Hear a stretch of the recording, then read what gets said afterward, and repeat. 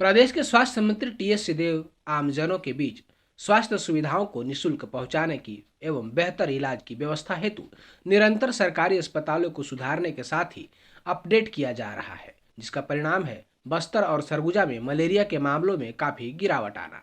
यही नहीं, sickle cell anaemia जैसे बीमारी से बचाव एवं बेहतर इलाज हेतु लगातार सरकारी अस्पतालों को अपडेट किया गया है, ताकि ताकि जन्म से परेशान मरीज को यहाँ पर आकर राहत मिले। और यह अब दिखने भी लगा है। ऐसे ही कुछ मरीजों से हमने बात की, उनका अनुभव जाना। दरअसल स्वास्थ्य मंत्री टीएस सिंहदेव के जन्मदिन पर अंबिकापुर के शहरी प्राथमिक स्वास्थ्य केंद्र नवापारा में सिकल सेल के गंभीर मरीज बीमारों का जांच एवं उपचार किया जा रहा था। बताया जाता है कि सरगुजा संभाग के सिकल सेल की बीमारी एक गंभीर समस्या के रूप में पिछले काफी समय से देखी गई। इस बीमारी का लक्षण प्रमुख रूप से खून की कमी को बताया गया है। वहीं इस बीमारी से ग्रसित 120 से अधिक मरीजों का इलाज सरकारी अस्पतालों में पदस्थ डॉक्टरों की निगरानी में हो रहा है, जिनको समय समय पर सिकल सेल बीमारी की दवाइयां उपलब्ध कराकर उन्हें ठीक करने का प्रयास किया जा रहा है। यह बीमारी आनुवंशिक होती है। इस बीमारी के निदान हेतु नवापारा शहरी प्राथमिक स्वास्थ्य केंद्र में स्पेशल सिकल सेल यूनिट की स्थापना की गई है, जिसके जरिए मरीजों को बेहतर उपचार एवं निःशुल्क दवाइयां दी जा रही है। पहले मेरे को बहुत ज़्यादा तबीयत ख़राब होता था, बार बार ब्लड चढ़ता था, तो मैं वहाँ हॉली क्रॉस में जाती थी, वहीं मेरे को ब्लड चढ़ता था। तो जब से यहाँ से मैं सर के साथ जुड़ी हूँ, श्रीकांत सर से, और यहीं से मेरा इलाज चल रहा है, दवाई कंटिन्यू ले रही हूँ, तब से मेरा तबीयत ठीक है। तो यहाँ सरकारी अस्पताल में कितनी सुविधाएं मिल रही, किस तरह से लाभ मिल रहा है आप लोगों को? सुविधाएं अच्छी मिलती हैं, जब भी हम लोग आते हैं तो इलाज अच्छे से हो जाता है।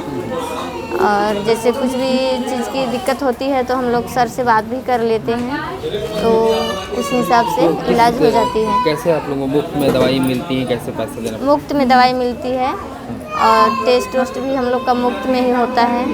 कितना अच्छा है आप लोगों के लिए? हम लोग के लिए बहुत अच्छा है, बहुत अच्छा है हम लोग के गरीब लिए। परिवारों के लिए किस तरह से, मतलब आर्थिक स्थिति कमजोर है तो उसके लिए इलाज के लिए बेहतर बहुत अच्छा सुविधा है सर। पहले जो मरीज महीने 2 महीने में खून की कमी से हॉस्पिटल में एडमिट होते थे और उन्हें खून चढ़वाना अनिवार्य हो जाता था, वे अब नियमित दवा लेकर स्पेशल सिकल सेल यूनिट की निगरानी में बेहतर स्वास्थ्य लाभ ले रहे हैं, जिससे काफी उत्साहित है और सिकल सेल के मरीज को सरकारी हॉस्पिटल में निःशुल्क एवं बेहतर इलाज हेतु प्रेरित भी कर रहे हैं। सिकल सेल का इलाज करवाने आते हैं। आज 4 महीने से डॉक्टर श्रीकांत साहब से हम लोग जुड़े हुए हैं। आज हम लोग बचपन से बहुत परेशान रहते थे, आज हर महीने हॉस्पिटल जाना, ये करना, बहुत काफ़ी दर्द, ब्लड कमी, तो 4 महीने से हम लोग दवाई खा रहे थे। 4 महीने से हम लोग काफ़ी अच्छे हैं अभी।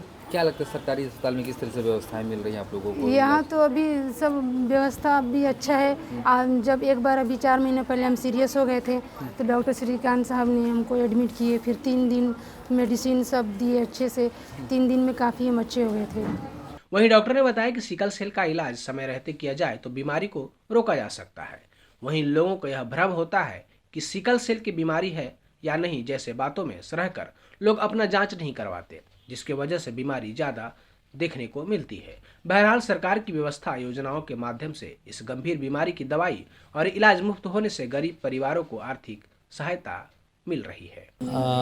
आज माननीय स्वास्थ्य मंत्री श्री टीएस सिंहदेव जी के जन्म उत्सव के अवसर पर हमारे यहाँ यूपीएससी नवापारा में सिकल सेल का एक कैंप किया गया है, जिसमें लगभग 70 से अधिक मरीज हमारे पास आए हुए हैं आज, जिनमें हम स्क्रीनिंग भी कर रहे हैं, स्क्रीनिंग टेस्ट भी कर रहे हैं और कन्फर्मेटरी टेस्ट भी कर रहे हैं। कन्फर्मेटरी टेस्ट के बाद उनका इलाज भी कर रहे हैं। तो इसमें क्या खास है, कैसे इसमें बीमारी आती है, क्या होता है? जनरली हम लोग देखते हैं कि सिकल सेल में जो आम पब्लिक में जो जागरूकता है उसकी कमी है।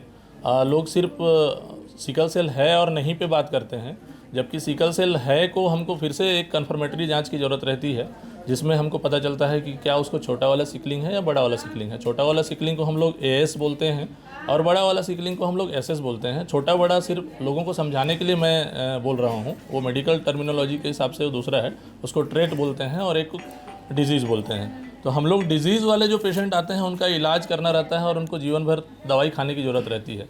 तो ये जो मरीज़ हैं वो जागरूकता के अभाव में क्या है कि वो अछूता रह जाते हैं, और अभी तक जितना भी सिकलिंग के मरीज़ हैं वो जागरूकता के अभाव में और काउंसलिंग के अभाव में अभी तक सिर्फ और है और नहीं की रिपोर्ट के अनुसार ही चल रहे हैं। तो मैं सबसे आप लोगों के माध्यम से निवेदन करूंगा कि सब लोग आएँ और इस सिकल सेल संस्थान जो हमारे यूपीएससी नावपारा में माननीय स्वास्थ्य मंत्री श्री टी.एस. सिंधु जी के उनसे बना हुआ है, उनके मार्गदर्शन से बना हुआ है और हम लोग यहाँ पर इतने अच्छे से उपचार कर रहे हैं, इलाज कर रहे हैं। पहले क्या था कि सिकल सेल संस्थान सिर्फ रायपुर में हुआ करता था और अब हम लोग सरगुजा संभाग में हम लोग शुरू किए हैं मॉडल संस्थान के रूप में। तो सभी मरीज़ यहाँ आएँ और अपना कन्फर्मेटरी टेस्ट कराएं ताकि उनको आने वाले समय में अच्छे से लाभ मिल सके। क्या लगता है सर, सिकल सेल पेशेंट में बढ़ोतरी हुई है क्या सर? मेरे पास आज के डेट में लगभग 120 से ऊपर मरीज हैं जो सिकल सेल बीमार व्यक्ति हैं, जिसको मैं छोटा और बड़ा सिकलिंग की बात किया तो जिसमें बड़ा सिकलिंग वाले मेरे पास लगभग 120 से ऊपर अभी तक रजिस्टर्ड हैं, जो सरगुजा जिला ही नहीं हमारे पास सरगुजा संभाग भर से लोग आ रहे हैं और उनका एक रिकॉर्ड है मेरे पास। उनको हमने ट्रीटमेंट दिया और अब तक जितने लोगों ने ट्रीटमेंट लिया है, हाइड्रोक्सी यूरिया नाम की एक कैप्सूल हम लोग चला रहे हैं उसमें, जो पूरे ऑल ओवर इंडिया इवन पूरे वर्ल्ड में वही दवाई चल रही है और वो दवाई हमारे इस छोटे से सेंटर में अगर शुरुआत किया गया है और देना हम लोग सुनिश्चित कर रहे हैं तो लोग आएँ और उसका लाभ लें। और इससे हमको ये फ़ायदा होता है कि उनको भविष्य में कभी भी ना ब्लड चढ़ाने की ज़रूरत पड़ती है, बहुत ही कम, मतलब 1% चांस है कि उनको ब्लड चढ़ेगा आने वाले समय में, या फिर उनको दर्द बिल्कुल भी नहीं होगा।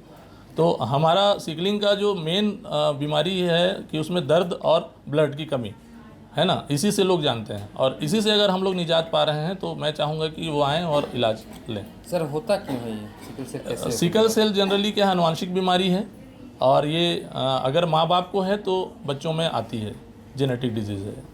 तो आने वाली पीढ़ी में रोकने के लिए भी हम लोग यहाँ सिकल सेल की काउंसलिंग करते हैं, जिसको हम लोग बोलते हैं कि सिकल सेल कुंडली बोलते हैं उसको, जो विवाह से पहले लोगों को जानकारी में रहना चाहिए कि भाई किसको सिकलिंग है और किसको नहीं। तो उसके हिसाब से उनकी काउंसलिंग की जाती है ताकि आने वाली पीढ़ी में उसको आने से रोक सकें, क्योंकि उसका कोई परमानेंट उपचार नहीं है कि उसको जड़ से हम ख़त्म करें। जिनको हो गया है उनको जीवन भर दवाई लेना है, लेकिन जिनको नहीं हुआ है उनको आगे ना हो, आने वाली पीढ़ी में ना जाए, उसके लिए हम लोग को जागरूक होने की ज़रूरत है ताकि हम आने वाली पीढ़ी में सिकलिंग को रोक सकें समाज में।